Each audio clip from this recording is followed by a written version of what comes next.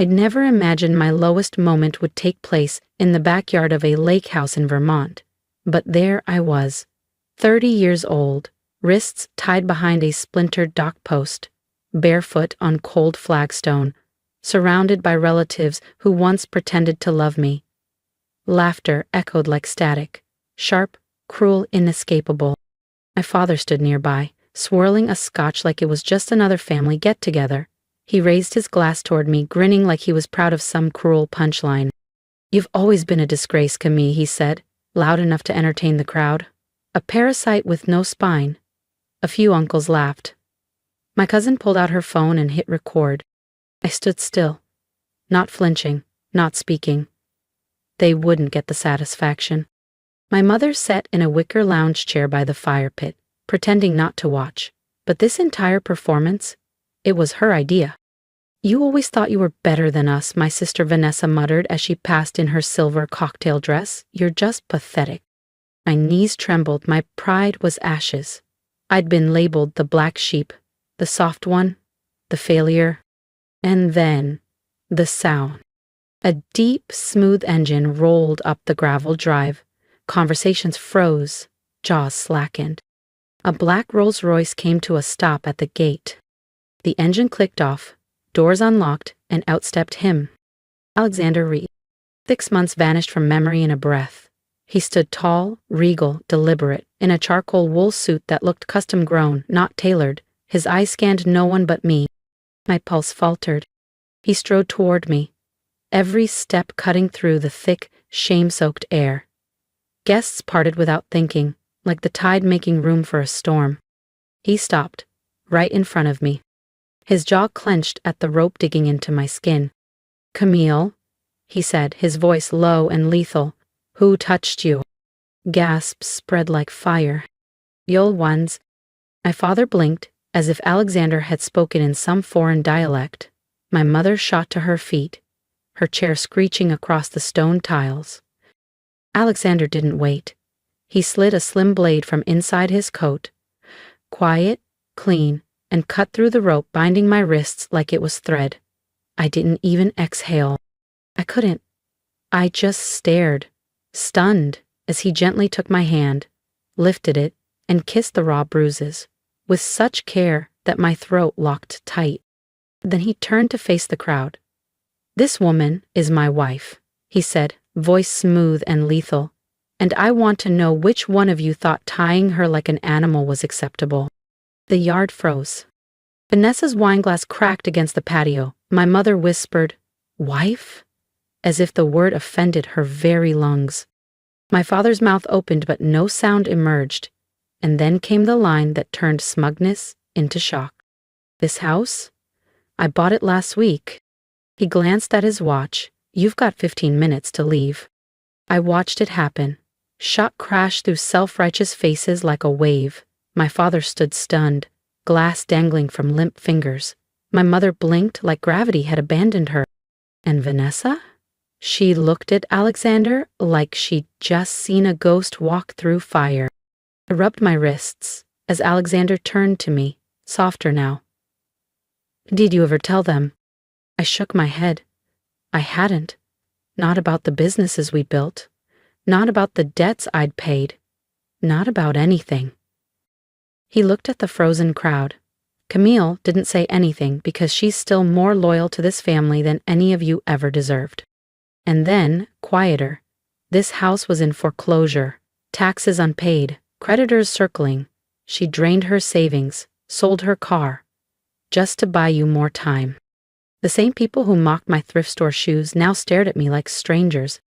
And for the first time, I didn't look away. The same people who once called me a charity case now stared at me like I was a stranger. Like I'd slipped through their fingers and become someone they never bothered to understand. When the final foreclosure notice came, Alexander continued, "Camille called me, not to beg, not to whine." He looked around the yard, his voice low but pointed. "She asked me to buy the house quietly, so your precious pride wouldn't suffer." My father suddenly snapped, voice raised in disbelief. "You're lying." Alexander didn't blink. "Am I?" He reached into his suit pocket and pulled out a folded document. Adi. He handed it to my father. You signed it yourself. My father's hand shook as he opened it. He scanned the page, and I saw the moment his eyes froze on his own signature. Ale. From the day he signed over the property to a private investor, trying to save face. That investor was Alexander. My mother rushed forward, her voice sharp with panic. You deceived us. No, I finally spoke. My voice cracked, but it cut through the silence like glass. I saved you, and you tied me to a post. Alexander turned to the group, his voice steady. You didn't raise a failure, you raised a woman who gave everything to keep you afloat. She sacrificed her future to preserve your past, and this is how you repay her? He didn't need to shout, the truth did all the heavy lifting. Then he finished, cool as ice. You have 15 minutes to collect your things. After that, the locks change. And for once, they listened. No yelling, no tantrums, just stiff silence and scrambling hands. The same people who used to bark orders at me were now snatching up their designer bags and coats, avoiding my eyes. My mother, the one who once said I was the reason our family had no standing, walked past me like I was a ghost. But I wasn't a ghost anymore. I was the one holding the keys. She never got to live her dreams. Couldn't even look me in the eye. Vanessa, my sister, the one who mocked my clothes, my quiet nature, my unimpressive little job, tried to walk past me, like I didn't exist. But Alexander wasn't going to let her pretend. He stepped directly in her path. Vanessa, he said evenly. Apologize. She blinked, like the word had no meaning. Excuse me? He didn't raise his voice, didn't flinch, just repeated, apologize. You filmed her. You laughed while she stood there tied up in front of strangers. You humiliated your own sister. Now apologize. Her face flushed crimson, her jaw twitched, not from guilt, but from pride cracking under pressure. Rage bubbled just beneath her lip. Still, she looked at me. Eyes hard, voice tight. I'm sorry. I said nothing. I just gave a single nod.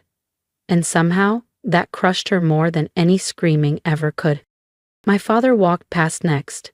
He paused, hesitant, then looked at Alexander. Whatever she told you, she didn't tell me anything. Alexander cut in. I watched, for years, while she held this family together. While you all looked the other way. My father opened his mouth, but Alexander continued. You know what's tragic? She would have forgiven you, even today, if you'd shown 1 ounce of remorse. That landed like stone. My father's face cracked. He lowered his head, not in shame, but in recognition of everything he never saw. Then he walked away. No hug, no apology, just silence. And somehow, that was enough. When the final car rolled down the gravel drive and the yard finally hushed, it was just me and Alexander beneath the late summer sky. He reached out, brushed a strand of hair from my face. You all right? I nodded. Slowly. I think I am now. Then, to my own surprise, I laughed. Soft, weightless, like I'd exhaled years of buried breath. Alexander smiled, warm and familiar. Come on, he said, slipping his fingers through mine. You've spent your life saving everyone else. Let's talk about what you want now. And for once, I was ready. When the last SUV disappeared down the winding drive, the stillness it left behind was almost deafening. But not the crushing kind, not the kind I used to dread. This was a gentler quiet, the kind that lets your lungs finally fill. That night air, brushed with pine and the last warmth of sunset, felt like breathing for the first time in years. For so long, that house had echoed with cold glances, polite cruelty, and performances for neighbors who never saw behind the curtain. I used to tiptoe those floors like I didn't belong. The girl who fixed the plumbing, paid off overdue bills, and got blamed when the lights flickered anyway. But now, I stood in the foyer, Alexander's hand laced in mine, and saw it differently. For the first time, it felt like mine. Feels different, doesn't it? he asked gently, setting his keys down near the front door. I nodded. I keep thinking someone's about to bark at me to polish the silver. He looked at me, softly, steadily. No one's going to do that. Ever again. I walked slowly into the living room, the same one where hours earlier I'd been mocked like I was disposable. Wine glasses still sat like forgotten props. Abandoned cake plates lined the table like the aftermath of a stage celebration gone sour. Alexander followed, not rushing me. You're allowed to be angry. I'm not, I whispered. I'm just tired. Tired of begging for crumbs, of twisting myself into something more palatable. He nodded. You never had to earn their love. They failed you. That line, quiet and true, lodged deep. We stepped onto the back patio, now cloaked in gold. The pole where they tied me still stood. Alexander walked to it, untied the last frayed rope, and without a word, tossed it into the trash. You could sell this place, he said, leaning on the railing. We could start over. Paris, Seattle, somewhere warm, somewhere free. I smiled. You know I hate snow. He laughed. Then scratch Vermont. I sat down on the old cedar bench, letting the last golden light of evening warm my skin. For the first time in what felt like forever, I wasn't bracing for a jab. I wasn't tensing for a sarcastic comment, or waiting to be told I was too sensitive, too dramatic, too much. Do you remember when we met? I asked. Of course, Alexander said.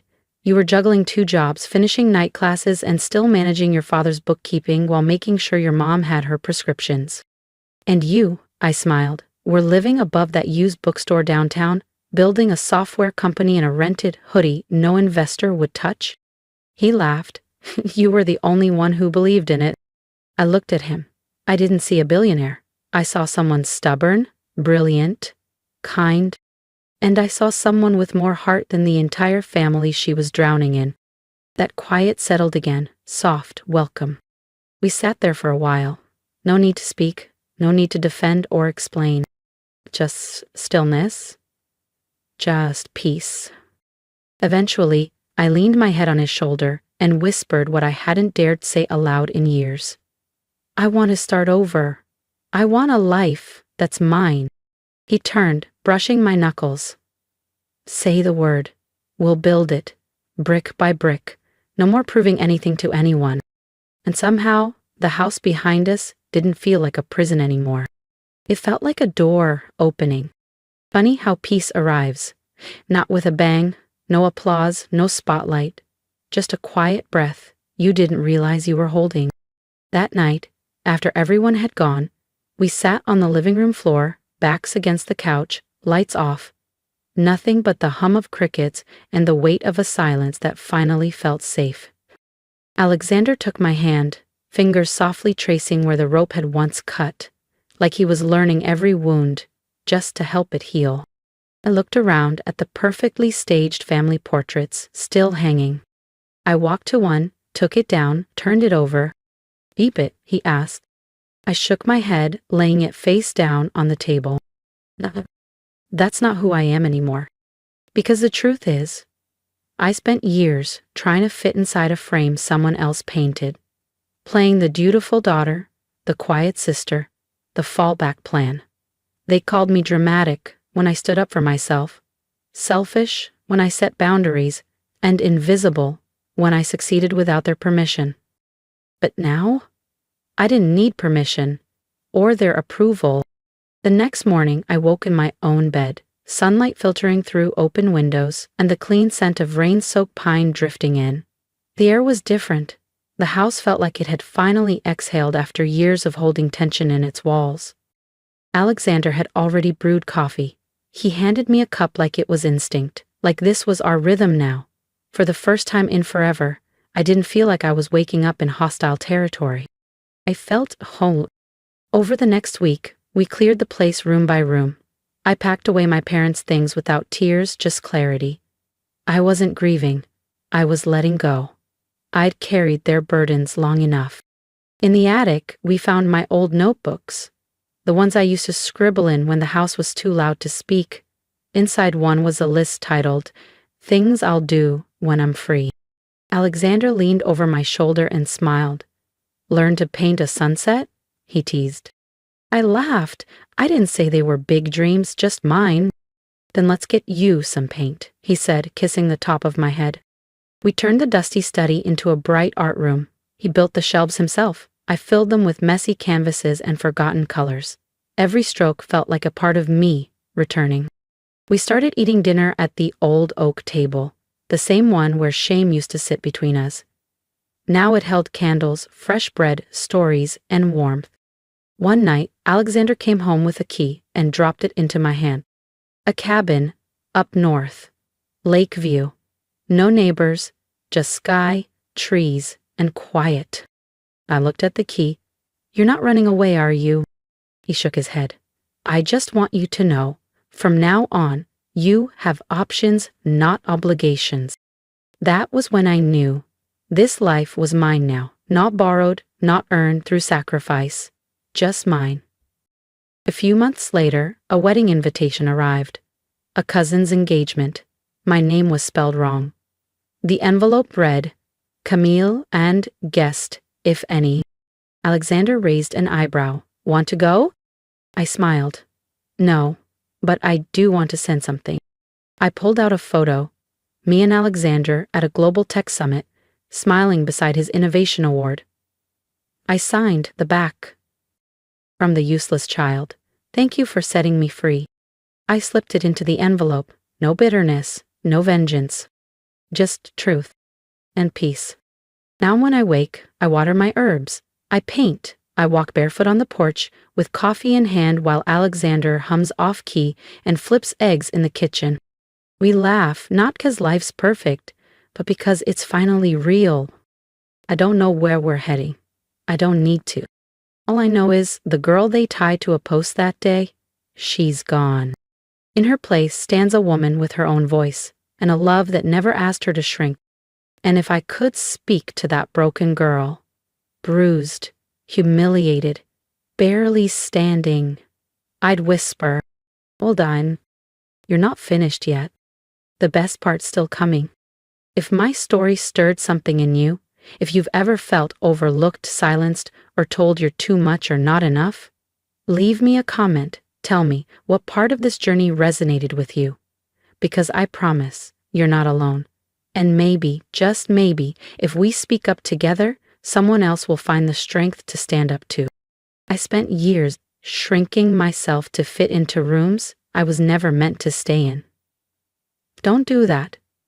Don't wait for someone else to validate your worth. Start now.